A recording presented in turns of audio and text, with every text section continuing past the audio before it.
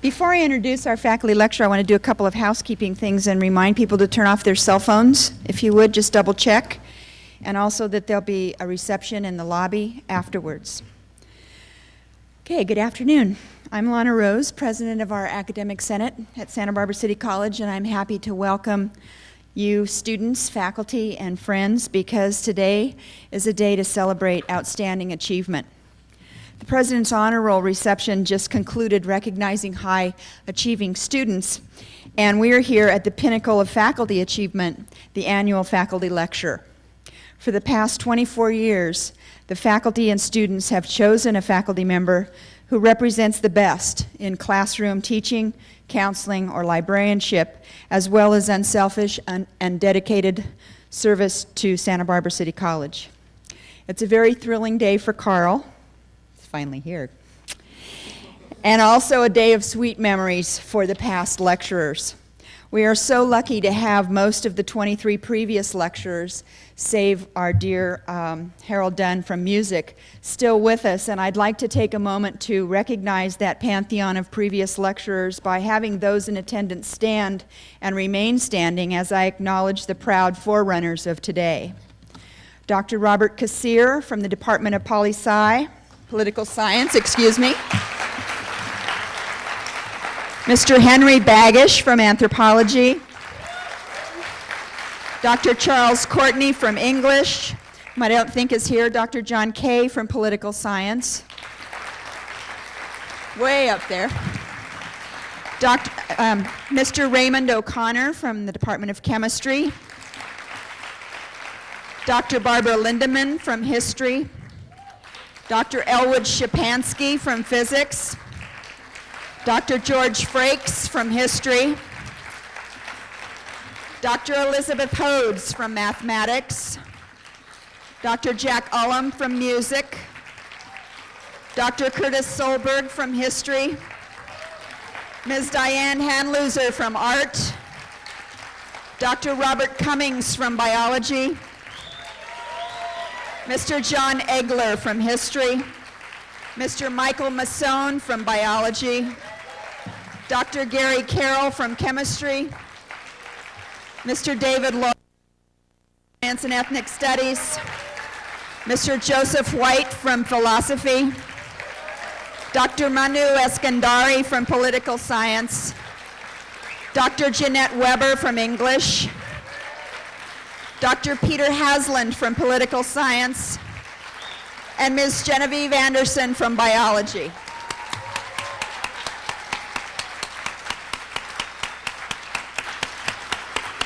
Thank you all so much for coming today. You know how much this means, so it's nice to have you with us again. The nominations for faculty lecture are retained over the years, and so I have the opportunity to reach back and share with you some of the comments made by the students and faculty when nominating Carl Sundbeck for this award, and so I'd like to quote some things. Carl is always completely prepared, no pressure, overflowing with enthusiasm, information, current data, visuals, humor, relevant diagrams, and ready to pause for questions. I'm honored to have had the chance to be taught by such an intelligent, funny, and amazing teacher. Lectures are absolutely spectacular, always a mixture of large amounts of information, enthusiasm, and passion for the subject matter. Carl cares for his students in such a personal way, on an individual level, that the quality of interest and participation is greatly enhanced. He's able to teach both large lectures and smaller classes with the same dynamism. He heightens people's awareness, encourages further exploration on the subject, creates a relaxed but studious environment. And those are the end of the quotes. And finally, a word came up more than once in Carl's nominations that I've never heard in this context before, and he's been described as ardent. It's a big word. Ardent. You like that? Okay. So we're ready to listen today to an ardent Carl Sundbeck, the first lecturer from the Department of Earth and Planetary Sciences.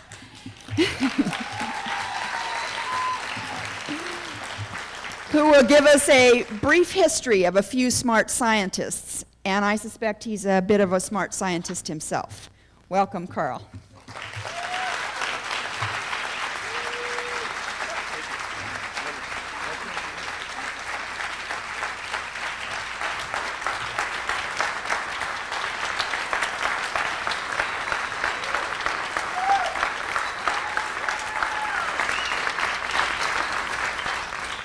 Thank you all very much. It's an honor and a privilege to be here. This stage has always been Peter's stage to me. And in the last few days, as I got a feeling for the stage, I've only really been on it once before, and that was to introduce Joe Walsh through Joe White's philosophy seminar. So I'm very unfamiliar with it. And in 42 in-service days, where I sat up in the corner for 21 years, twice a shot, to listen to Peter, I reflected back on last year when he announced that he was going to retire. And the feeling in this room of shock, and I've never really been in a group of people that had such sustained enthusiasm and continued applause, and the subsequent crash of Peter was a big supporter. He was a mentor of mine. Always had a smile, always encouraging, through thick and thin, a supporter. And in that sense, in my dealing with young people, he showed me a way in which we can try to help them and always be positive and supportive. And it just seems like such a short time ago that then we were in search of a new president. And oh wow, oh no, and then we heard that John may be in the running back in New York. And many of us, I met John in 1976 when I first moved to California. And then we started saying, yeah, let it be John. Oh, I hope it's John. I hope it's John. And the outcome for a while may have been in doubt. A short year ago, through a very honest process, through a process where the community got integrated into the administration, one person, in retrospect, really stood out as having the tenacity, the integrity, the wherewithal to follow through, and it was Lana Rose. And as I look back at the history of this institution, we really thank her, and we won't forget her for that very, very important crossroad in our educational institution, because having John back here is everything. To me, to the community, people know him, they trust him, and as I was saying to John and Jack beforehand, I'd just like to summarize. I made a few comments at a science division meeting where it is a troubled world, but having Jack and John work together, Jack tirelessly, and John knowing the system, we have the faith. We have we know that they're professionals and they will follow through, and this school is different during these troubled times. And my friends that teach at different schools, we're happy to have him here, and I'd like to welcome John back and thank Lana very much.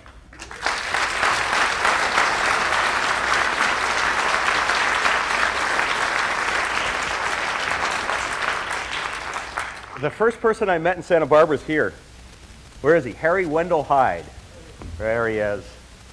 Wendell was my master teacher at Santa Barbara High. I spoke with him on the phone in Ithaca, New York, when I got accepted to the Graduate School of Education.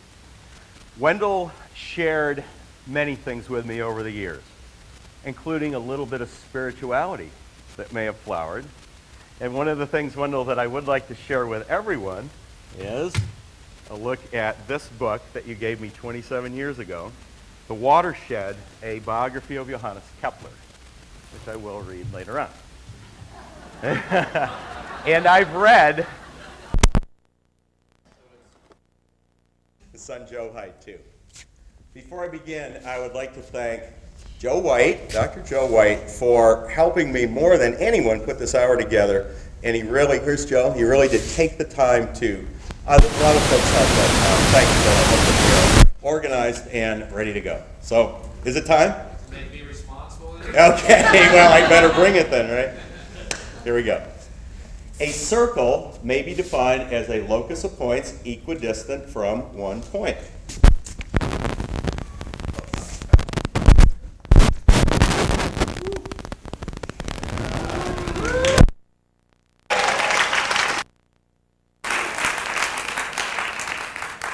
Boy, you're easy.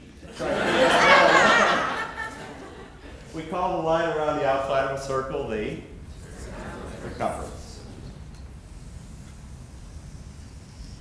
This red line is called what? Diameter.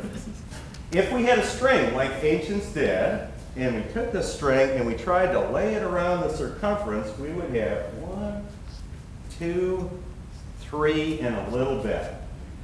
And even if I had a little tiny baby circle like that, ooh, that's an avocado. And I had a little red diameter like that, I could still go around 1, 2, 3, and a little bit. What am I getting to? The ratio of the circumference to the diameter is pi. Circles are wonderful things. I love them. Made a living drawing.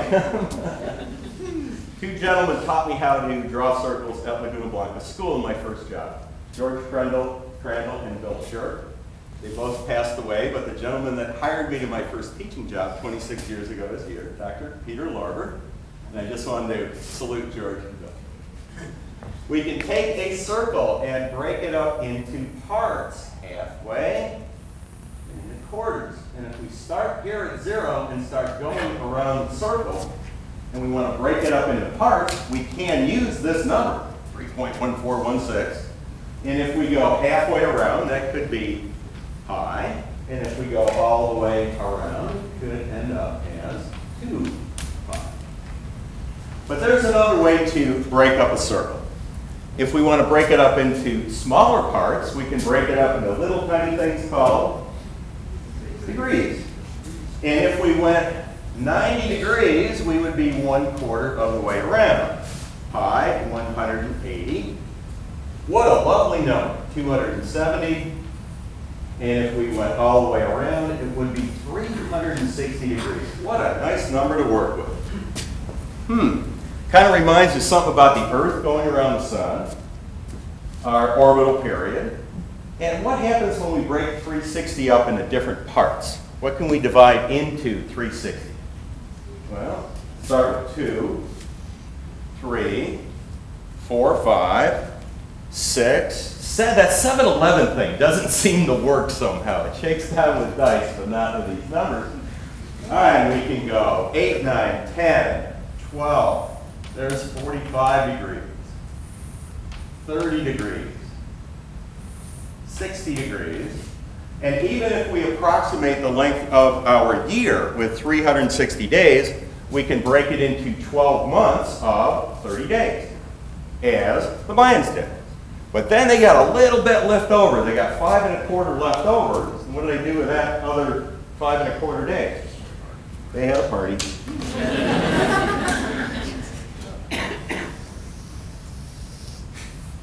Oh, I like Jim. If that,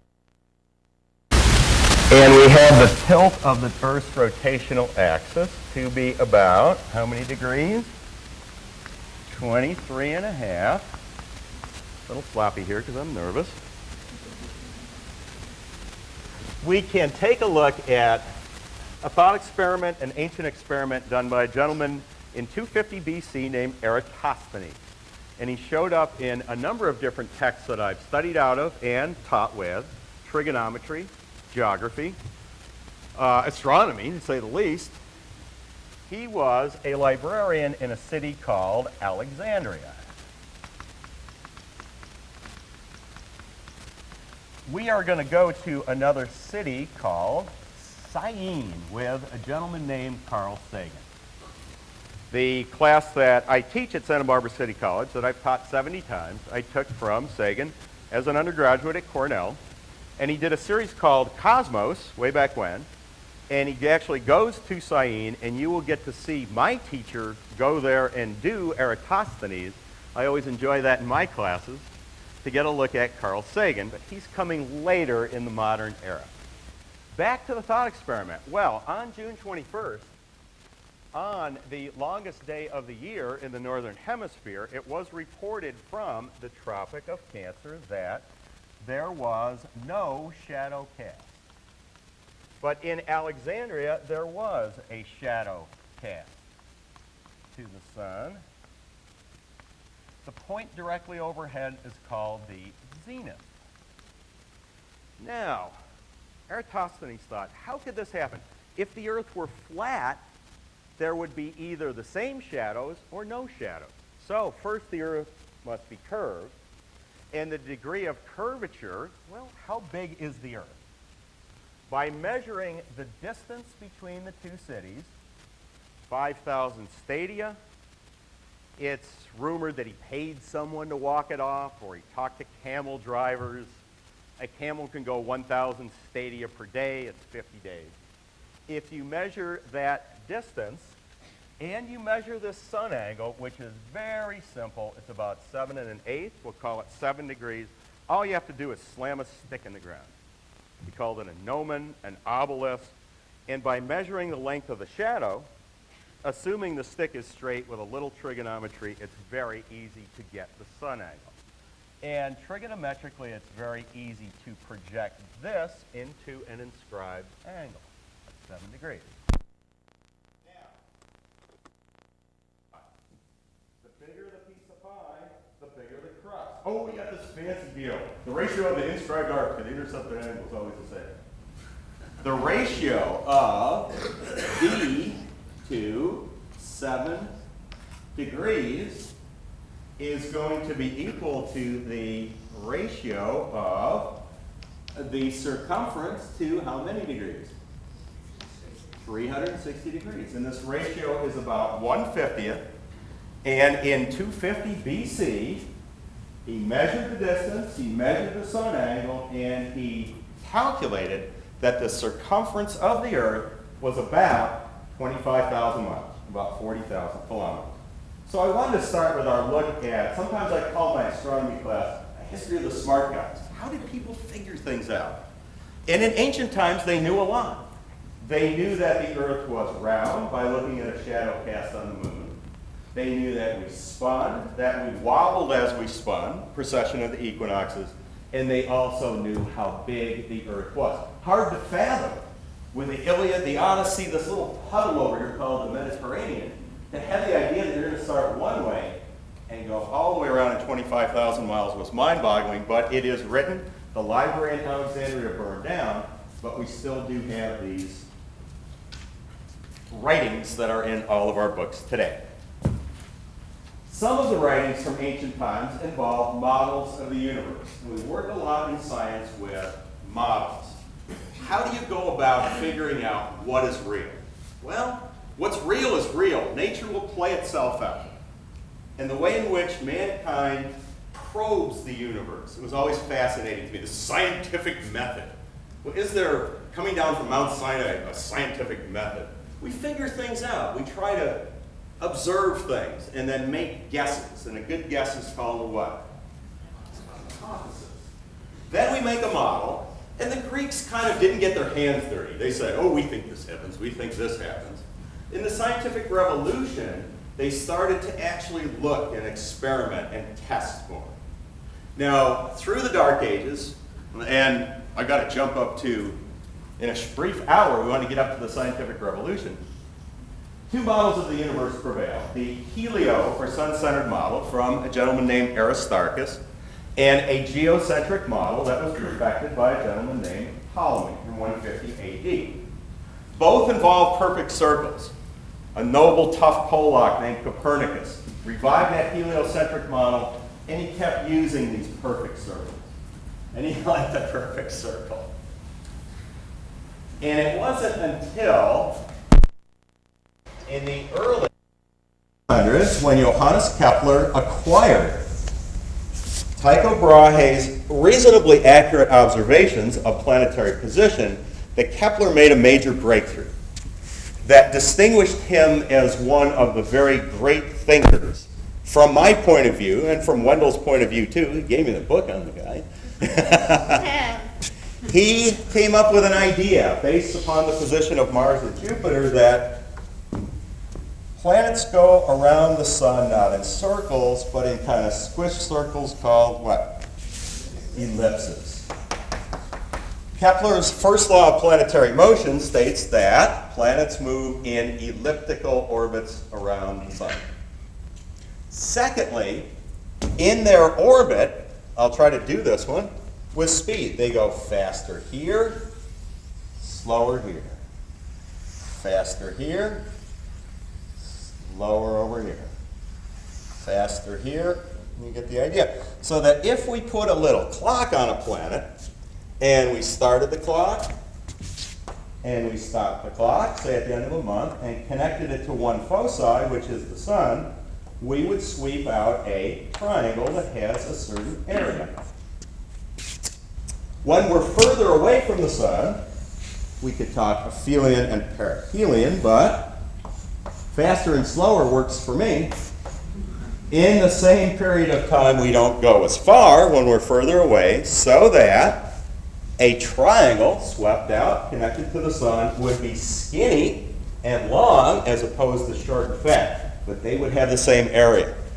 Kepler's second law of planetary motion states that planets move in elliptical orbits that sweep out equal areas in equal times.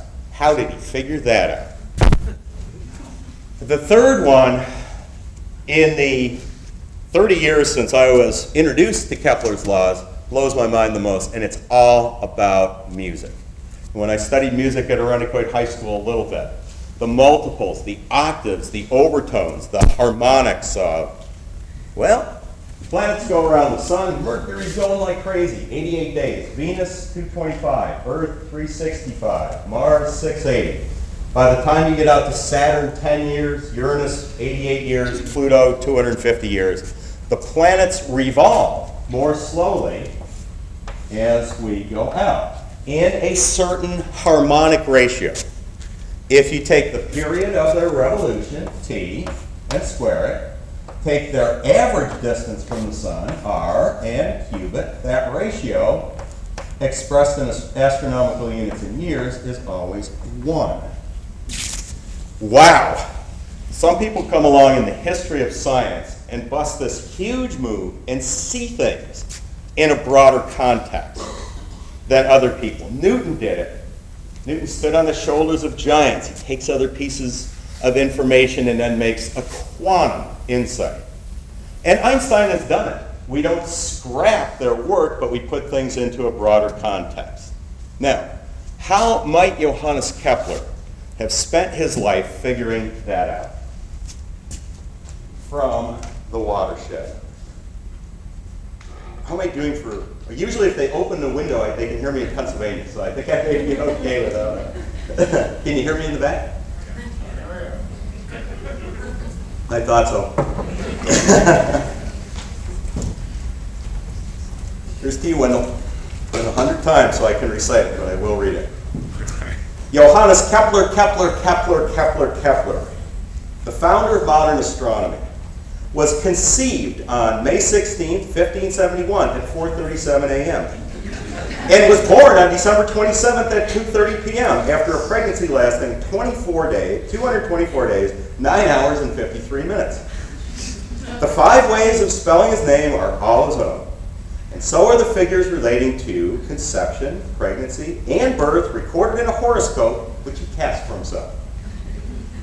The contrast between his carelessness about his name and his extreme precision about dates reflects from the very outset a mind to which all ultimate reality, the essence of religion, of truth and beauty, was contained in the language of numbers. Johannes Kepler's father was a mercenary adventurer who narrowly escaped the gallows. His mother, Catherine, an innkeeper's daughter, was brought up by an aunt who was burned alive as a witch. And Catherine herself, accused in old age of consorting with the devil, had as narrow an escape from the stake as the father had from the gallows.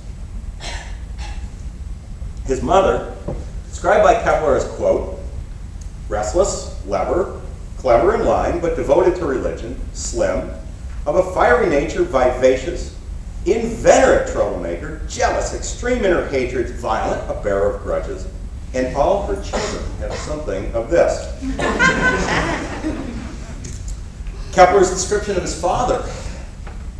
Heinrich, born 1547, 19 January, a man vicious, inflexible, quarrelsome, doomed to a bad end. Venus and Mars increased his mouth. He was an astrologer then. He had many enemies and ran the risk of hanging. In 1578, sold his house and started a tavern where a hard jar of gunpowder burst and lacerated his face. In 1589, went into exile and finally died. Heinrich, next in age to Johannes, was an epileptic and the victim of a psychopathic streak running through the family. An exasperating problem child, Heinrich's youth seemed to have been a long succession of beatings, misadventures, and illnesses. He was bitten by animals, nearly drowned, and nearly burned alive. He was apprenticed to a draper, then a baker, and finally ran away from home when his loving father threatened to sell him. Next in age, Johannes. In subsequent years, he was a camp follower in the Hungarian army in the Turkish wars, street singer, baker, ballet, beggar, regimental drummer. Throughout this checkered career, he remained the hapless victim of one misadventure after another, always sick, robbed by thieves, beaten by highwaymen, until he finally gave up, begged his way home to his mother, and hung on to her apron strings until he died at 42. In his childhood, Johannes conspicuously shared some of his younger brother's attributes, particularly his grotesque accident proneness and constant ill health combined with hypochondria. Kepler was a sickly child with thin limbs and a large, pasty face surrounded by dark, curly hair. He was born with defective eyesight, myopia plus multiple vision, the father of modern astronomy. There's hope for all of us. This one gets a little heavy, so I have to take a deep breath, strap ourselves in. Kepler's own notes on his childhood. Quote, 1575, age 4. I almost died of smallpox, was in very bad health. My hands were badly crippled. 1577, age 6. On my birthday, I lost a tooth, breaking it off with a string, which I pulled with my own hands. When I was 14 and 15, I suffered continually from skin ailments, often from severe sores, often from the scabs of chronic putrid wounds in my feet, which healed badly and kept breaking out again. On the middle finger of my right hand, I had a worm. On the left, a huge sore. When I was 19 years old, I began to suffer terribly from headaches and a disturbance in my limbs. At age 20, a cold brought on prolonged me. Only 2 brief memories mitigate the gloom and squalor of his childhood. One, 1577. I heard much of the comet that year and was taken by my mother to a high place to look at it. 1580. At age 9, I was called outdoors by my parents to look at the eclipse of the moon. It appeared quite red. When Kepler became a high school teacher, I have to laugh at this one too, because he had my job for a while. High school math teacher, the kids hated him. I mean, they just stuff at him. But the entire book goes on and on and on, and it is falling out here. But what's the punchline here? Well, onto his marriage. He was chased around Europe, and there were religious wars, and plagues, and it was horrific. His friends in Graz had found a prospective bride for the young scientist, in the daughter of a rich mill owner, twice widowed at the age of 23. Barbara, described by Kepler as, quote, simple of mind and fat of body, now lived with her parents, who could not have very high expectations for her future. Yet, when Kepler presented his suit, he was refused on the grounds that Barbara and her dowry could not be entrusted to a man of such lowly standing and miserable pay. I resent that. Eventually, the marriage was consummated. Kepler said his wife had a constant, quote, stupid, sulking, lonely, melancholy complexion. She was a woman entirely imprisoned by maternal love. As for her husband, quote, not much love came my way. She nagged him constantly. 9 months after the wedding, their first child was born, a little boy, who died after 2 months of cerebral meningitis. The next, a little girl, died after only 1 month of cerebral meningitis. Barbara bore 3 more children, of which 2 survived. Although their marriage lasted 14 years, Barbara died at the age of 37 with a distraught mind and the 3 laws of planetary motion.